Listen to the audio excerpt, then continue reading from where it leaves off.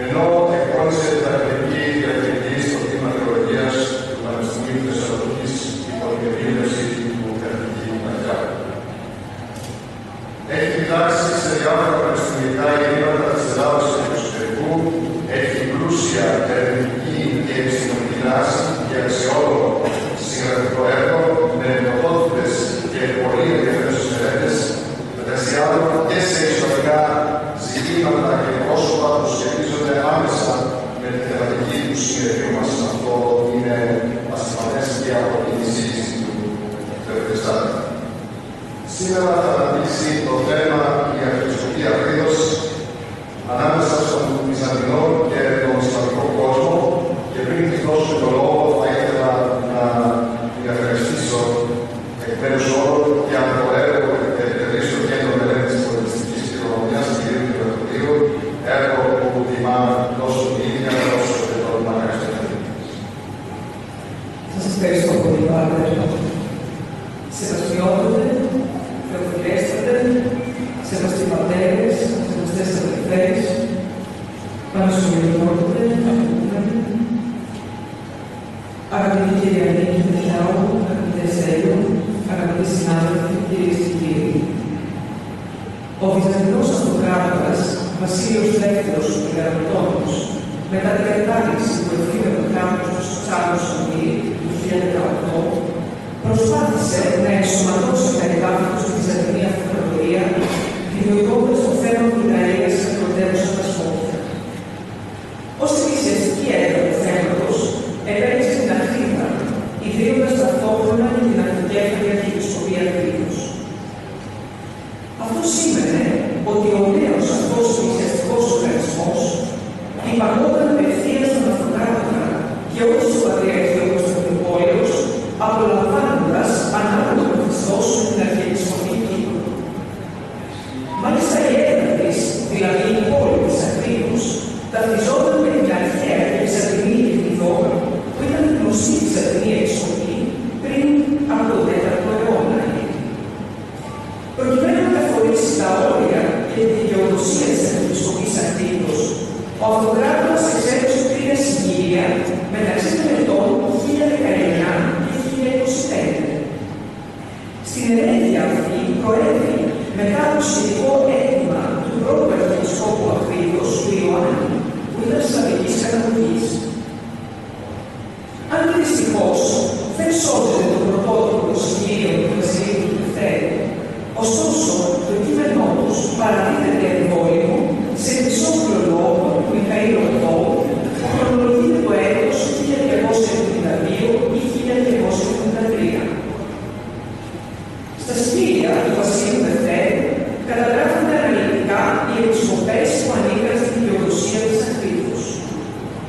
Πρόκειται για τις επισκοπές της Αστορίας, Κλαβενίτσης, Μοκλενόνους, Τουρνίτσης, Κουτέλεως, Μοροδίστου, Πελεγουστίου, Διαγλίτσης, Νήσης, Φρανίζετου, Πελεγράδων, Συρμίων, Σκοπίων, Κρυσενέτης, Λιπενίων, Σερβίων, Δρύσσας, Φιδίνης, Ράσου, Ωραίας, Τσερνίκου, Χιμένας, ακολουθεί η Μητρόπολη Γραφείου, η Επισκοπή Κρητοπόλεως, στη συνέχεια υπάρχει ο δυσανάγνωστος στο όνομα μιας επισκοπής και τέλος οι επισκοπές Κοφροτού, Ιωαννίνου, Βασίλης, Πέτρου, Ρηγών, Σταυρών και Βερίας.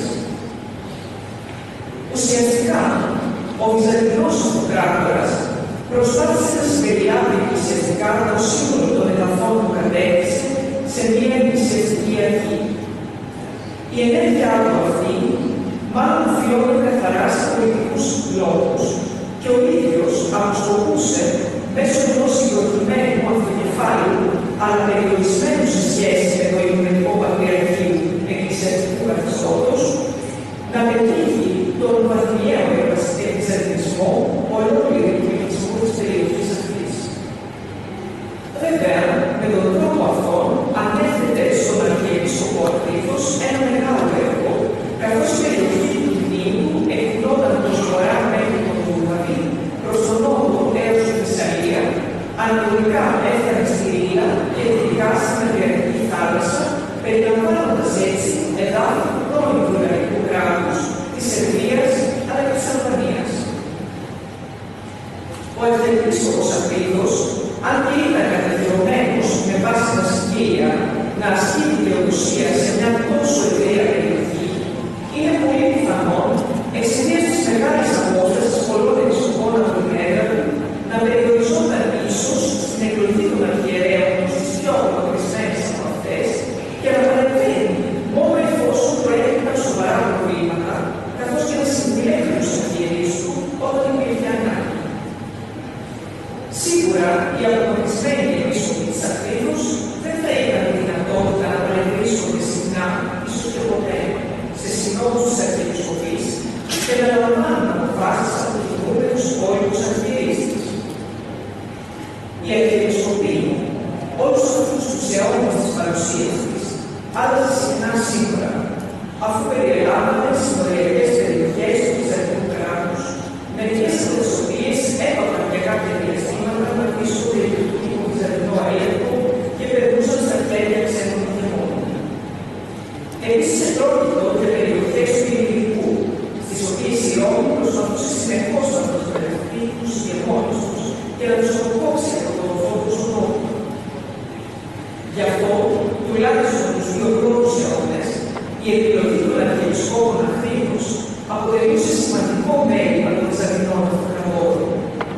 Επιλέγονταν πρόσωπο μορφωμένα, που έφεραν πλήρους εμπιστοσύνη στο αυτοκράτορα και ανήκαν στο στενό περιβάλλον της Αυτοκρατορικής Αφρής.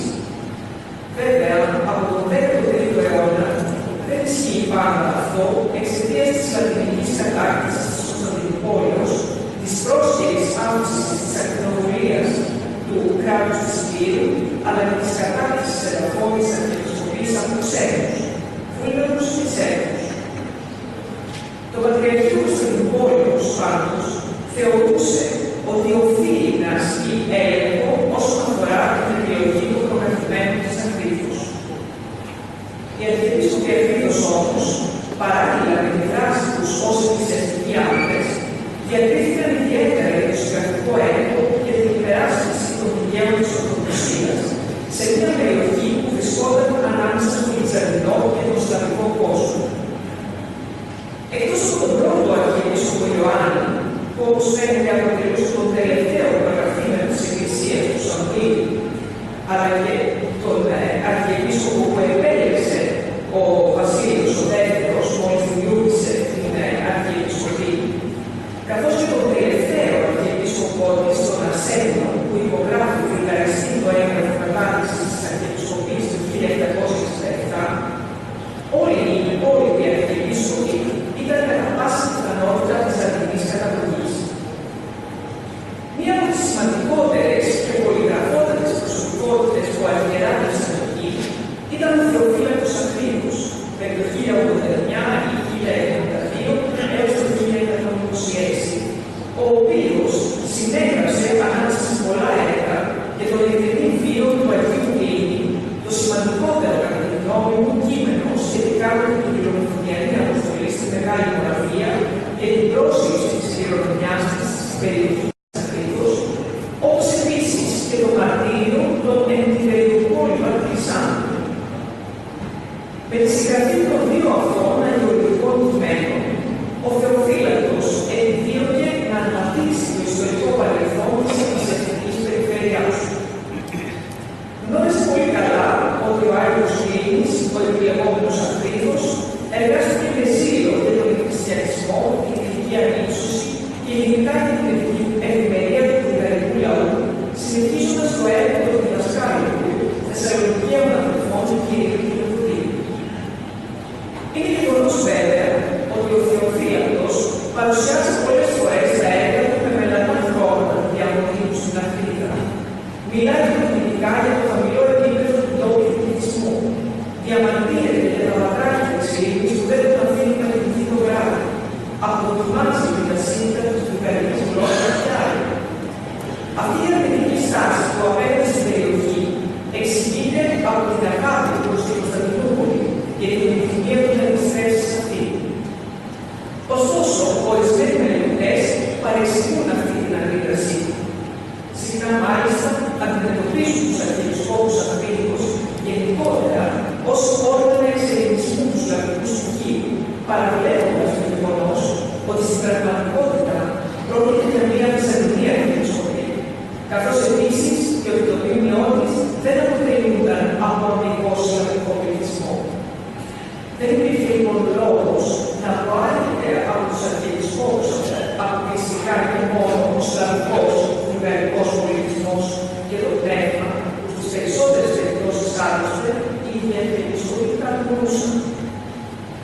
Οι αρχιεπίσκοποι ήταν τέκνα, κοινωνοί και λάθος του βυζαντινού πολιτισμού και ήταν φυσικό να το προβάλλουν σε κάθε έκφραση της ζωής τους. Σκοπός τους όμως δεν ήταν να θίξουν ή να εξαλείψουν την τοπική πολιτιστική παράδοση. Σε καμία περίπτωση δεν θα επέτρεπαν στον εαυτό τους να είναι εχθρικοί προς το ποιμνιό τους. Άλλωστε, η συγγραφή του Εθνικού Σπίτου του Αγίου Πυρήνη από τον Θεοφύλακο, καθώς και του σύντομου φίλου του Αγίου Πυρήνη από τον Δημήτριο τον Μαγνό και διαφόρων παραδείγματων έργων, κανόνες εκδομώσεων λαού και τον Άγιο Πυρήνη από τον Κωνσταντίνο Καβάσια, στοιχεία στην ακολουθία του Αγίου Πυρήνη από τον Βόρειο Ευρώπη και άλλα, αλλά και η απεικόνιση του Πυρήνη μαζί με τον Άγιο Κύριο στην Εκκλησία της Αγίας Σοφίας της Αθήνος, κατόπιν μάλλον πρωτοβουλίας του Αρχιεπισκόπου Λέοντα, το πρώτο μισό του 10ου αιώνα, δηλώνουν το σεβασμό των αρχιεπισκόπων Αθηνών απέναντι στη σλαβική παράδοση της περιοχής τους. Επίσης, φαίνεται ότι οι αρχιεπίσκοποι αυτοί είναι εξαίρετοι προς κάθε εθνισμό και πολιτισμικό υπερεαλισμό. Αυτό που προέκυψαν ήταν το καλό της αρχιεπισκοπής τους. Γι' αυτό φρόντισαν να διατηρούν αγαστές σχέσεις και με τους ξένους ηγεμόνες της περιοχής. Είναι γνωστές οι σχέσεις του Δημητρίου Κομματινού με τους Έλληνες ηγεμόνες Στέφανο Πρωτόστευτο, Γιώργο Στέφανο Γερμάνια, μετέπειτα Αγίου Σιμεών της Σερβίας, Στέφανο Ρωτοσλάβου και άλλους. Από την άλλη, η αλληλογραφία μαζί τους φαίνεται ότι δείχνει την εκτίμηση που έπαιζαν προς το πρόσωπο του Αρχιεπισκόπου. Την περίοδο της σερβικής κατάκτησης της περιοχής της Αθήνος, γύρω στο 1334, ο τότε Αρχιεπίσκοπος Νικόλαος, ο οποίος αρχιεράρχησε από το 1334 περίπου έως το 1365, μάλλον εγκαινιάζει μια νέα περίοδο συνεργασίας και εμπιστοσύνης ανάμεσα στην Αρχιεπισκοπή και την Βυζαντινή εξουσία. Ο Νικόλαος είναι γνωστός κυρίως από την παρουσία της στη σύνοδο που συμπήθηκε στα Σκόπια στις 9 Απριλίου 1346 και ανύψωσε την Αρχιεπισκοπή Σερβίας, αντικανονικά βέβαια τότε, σε πατριαρχείο, ανακηρύσσοντας τον Αρχιεπίσκοπο Ιωαννίδιο σε πατριάρχη. Μία εβδομάδα αργότερα, το Πάσχα, 16 Απριλίου 1346, στα Σκόπια έλαβε χώρα η τελική στέψη της Κρουσάν ως χάρη και αυτοκράτορα Σερβίας και Ρωμανίας. Ανάμεσα στους Βυζαντινούς αρχιερείς, κατά πάσα πιθανότητα βρισκόταν και εκείνους. Αυτό αναφέρεται στο Σακώδη, το κώδικα του Στέφανου Κρουσάν, ότι παρίστατο ο προκαθήμενος του ελληνικού φρόντου. Από την κυκλοϊκή δραστηριότητα του Αρχιεπισκόπου Νικολάου και την εμφάνισή του σε βιογραφίες μαζί με την οικογένεια του Στέφανου Κρουσάν, είναι προφανές ότι διατηρούσε στενές σχέσεις με τον Στέφανο Κράλη και σε καμία περίπτωση δεν φαίνεται να αισθανόταν ότι κινδυνεύει η ακεραιότητα και η εύρυθμη λειτουργία της Αρχιεπισκοπής του. Το 1347, σύμφωνα με σερβικές πηγές, ο Ουσάν συγκάλεσε σύνοδο στα Σκόπια, κατά την οποία συζητήθηκαν και ρυθμίστηκαν διάφορα ζητήματα σχετικά με την αναδιοργάνωση της Σερβικής Εκκλησίας και το καθεστώς της Αρχιεπισκοπής Αθήνος. Υποστηρίχθηκε η άποψη ότι στη σύνοδο αυτή αποφασίστηκε να διατηρήσει η Αθήνα το αυτοκέφαλο και να βρίσκεται κατά την τάξη δεύτερη στη Σερβική Εκκλησιαστική Ιεραρχία, αμέσως μετά το Σερβικό Πατριαρχείο και πριν την πρώτη Επισκοπή, όπως προκύπτει από το Χρυσόβουλο του Κουσάν για την ίδρυση της Επισκοπής της Μετώπου. Φαίνεται δηλαδή ότι ο Αρχιεπίσκοπος Νικόλαος στη σύνοδο αυτή του 1347 συνέχισε στην κατάρτιση της Επισκοπής Μοροβίστου και στην υπαρχή της στην νέα επισκοπήση εντόπου της Σερβικής Εκκλησίας. Το θέμα που τίθεται εδώ είναι αν η Αρχιεπισκοπία Κρήτος προσχώρησε όντως στους χώρους του Σερβικού Πατριαρχείου. Σχετικά με αυτό το ζήτημα, το ενδιαφέρον των ελληνικών έχει προκαλέσει ο τίτλος «Νικόλαος, ο Παναγιώτερος Αρχιεπίσκοπος Πάσης Βουλγαρίας, πρώτος εξ Σερβίας». Με τον τίτλο αυτό μνημονεύεται στην επιγραφή του Παρεκκλησίου του Ιωάννη Πρωτόμου, ο Νικόλαος. Η παρεκκλήση βρίσκεται στην Εκκλησία της Αγίας Σοφίας στην Αθήνα και συγκεκριμένα προβληματίζει το δεύτερο μέρος του τίτλου, όπου αυτός εμφανίζεται ως πρώτος εξ Σερβίας. Ωστόσο, στην ιστορική απεικόνηση, η χρονολογία μεταξύ των ετών 1347 έως 1350, στο παρεκκλήσι του Αγίου Ιωάννου του Προδρόμου, όπου ο Αρχιεπίσκοπος Νικόλαος εμφανίζεται να μεσολαβήσει τον Ιωάννη Πρόδρομο, παρουσιάζοντας τον Ιωάννη Ολίβερο, διοικητή της Ακρίτος και τα μέλη της οικογένειάς του, τη σύζυγό του Άννα Μαρία και τους γιους του Ντάμιαν και Μάρκο Κάικο, χαρακτηρίζεται ως Αρχιεπίσκοπος Πάσης Βουλγαρίας. Ως Αρχιεπίσκοπος Βουλγαρίας αναφέρεται σε επιγραφή που ανακαλύφθηκε στον 7ο κείμενο του Άστου Γρηγορίου στην Εκκλησία της Αγίας Σοφίας της Ακρίτας. Κατά τη γνώμη μου, ο Αρχιεπίσκοπος Νικόλαος δεν αποτέλεσε ποτέ μέλος της Εθνικής Εκκλησίας.